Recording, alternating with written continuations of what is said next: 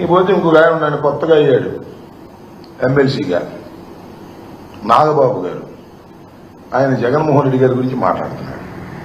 జగన్మోహన్ రెడ్డి గారు కామెడియన్ అంట. మరి ఈయనేంటో నాకు అర్థం కాలా. అయ్యా, నువ్వు, మీ అన్న, మీ తమ్ముడు ముగ్గురు రాజకీయాల్లోకి వచ్చారు. మీ అన్న అట్ట చేసి కాంగ్రెస్ చేరి కేంద్ర మంత్రి అయ్యాడు. నువ్వేమో మీ అన్న, మీ తమ్ముడు పవన్ కళ్యాణ్ గారు 16 సంవత్సరాలు అయింది శాసనసభకు రావడానికి టైం పట్టింది. అది కూడా ఏంటి, చంద్రబాబు నాయుడు గారు సంకెక్కితే అయ్యారు మీరు. ఆ తర్వాత మీకు ఒక ఎమ్మెల్సీ వచ్చింది.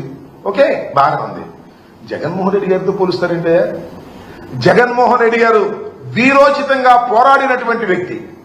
జగన్మోహన్ రెడ్డి గారు ఢిల్లీ కోటని పగలగొట్టినటువంటి వ్యక్తి. పార్టీ పెట్టిన 10 సంవత్సరాలకే శాసనసభ్యుడిగా ముఖ్యమంత్రిగా అయి ఈ రాష్ట్రాన్ని 5 సంవత్సరాలు పరిపాలించినటువంటి వ్యక్తి. ఆయన తండ్రికి గాని ఆయనకు గాని భగవంతుడి దయ వల్ల, ప్రజల ఆశీస్సుల వల్ల ఓటమి ఎరుగని ధీరులని మనం చేస్తున్నాం. వాళ్ళతో పోల్చుకుంటారండి మీరు, నాకు అర్థం కాల. మీరేదో ఇంకో మాట అన్నాడండి ఎవరు ఒక ఆయన, జగన్మోహన్ రెడ్డి గారంట రాజశేఖర రెడ్డి గారు కొడుకు కాకపోతే ఏమయ్యేవాడు, ముఖ్యమంత్రి అయ్యేవాడు అంటున్నాడు. నాకు తెలియగలుగుతానండి, చిరంజీవి గారు తమ్ముడు కాబట్టి మీరేంటి మీ పరిస్థితి.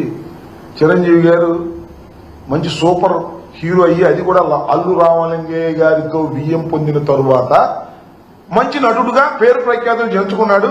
ఆ తర్వాత మీరిద్దరు కూడా ఆయన పేరు పట్టుకుని ముందుకెళ్లారు. మీరు ఇలాంటి మాట్లాడతారని నాకు అర్థం కాలేదు.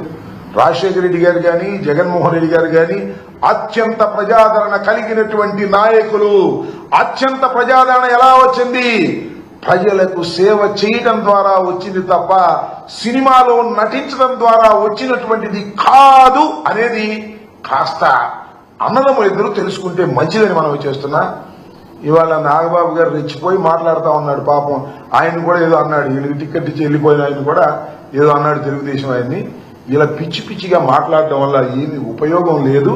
మీరు అడ్డదారిన రాజకీయాల్లోకి వచ్చిన వారు, ఎవరి సంఖో ఎక్కి రాజకీయాలు చేస్తున్న వాళ్ళు, మీకంటూ ఒక ప్రత్యేకమైనటువంటి సిద్ధాంతాలు లేనటువంటి వ్యక్తులు మీరు ఇవాళ మాట్లాడుతున్నారు. వస్తారు జనం, అధికారం ఉంది, డబ్బు ఖర్చు పెట్టారు, సినిమా గ్లామర్ ఉంది, వస్తారు జనం, అధికారం ఉంది కదని.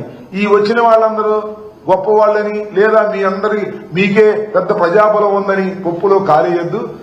దక్షిణాదికి వెళ్తానంట, మన ఉత్తరాదికి వెళ్తానంట, అందరూ ఫోటోలు దిగుతున్నారంట పవన్ కళ్యాణ్ గారి గురించి.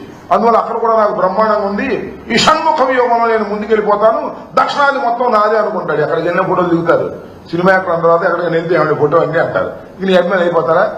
నీ రాజకీయాలు ఫాలో అయిపోతారా? గుర్తుపెట్టుకోమని మనం చేస్తున్నా. ఈ విధంగా పవన్ కళ్యాణ్ గారు జనసేన పార్టీ దశ దిశ లేకోకుండా నిన్న నిర్వహించినటువంటి ఈ జయకేతనం జనం బాగా వచ్చారని అంటున్నారు. చివరిలో పవన్ కళ్యాణ్ గారు మాట్లాడేటప్పుడు వెళ్ళిపోయారని కూడా అంటారు. ఇసుగు పుట్టేది ఏమి లేదు, ఇసుగు పుట్టి వెళ్ళిపోయారు.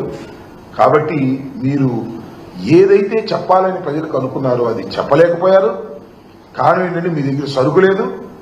కేవలం చంద్రబాబు నాయుడు గారికి భజన చేసేటటువంటి కార్యక్రమం, చంద్రబాబు నాయుడు గారి భజన బృందంగానే మీరు తయారయ్యేది నిజమైనటువంటిది. దాన్ని ప్రజలు గమనిస్తున్నారు. ఇవాళ రేపు గమనిస్తారు, కాపులు కూడా గమనిస్తారు. అయ్యా, కాపులందరూ అనుకుంటున్నారు ఎవడో ఒక మా కులంలో ముఖ్యమంత్రి అయితే బాగుంది అనుకుంటున్నారు. అదేదో పవన్ కళ్యాణ్ గారి ద్వారా అవుతుందేమో అనుకుంటున్నారు.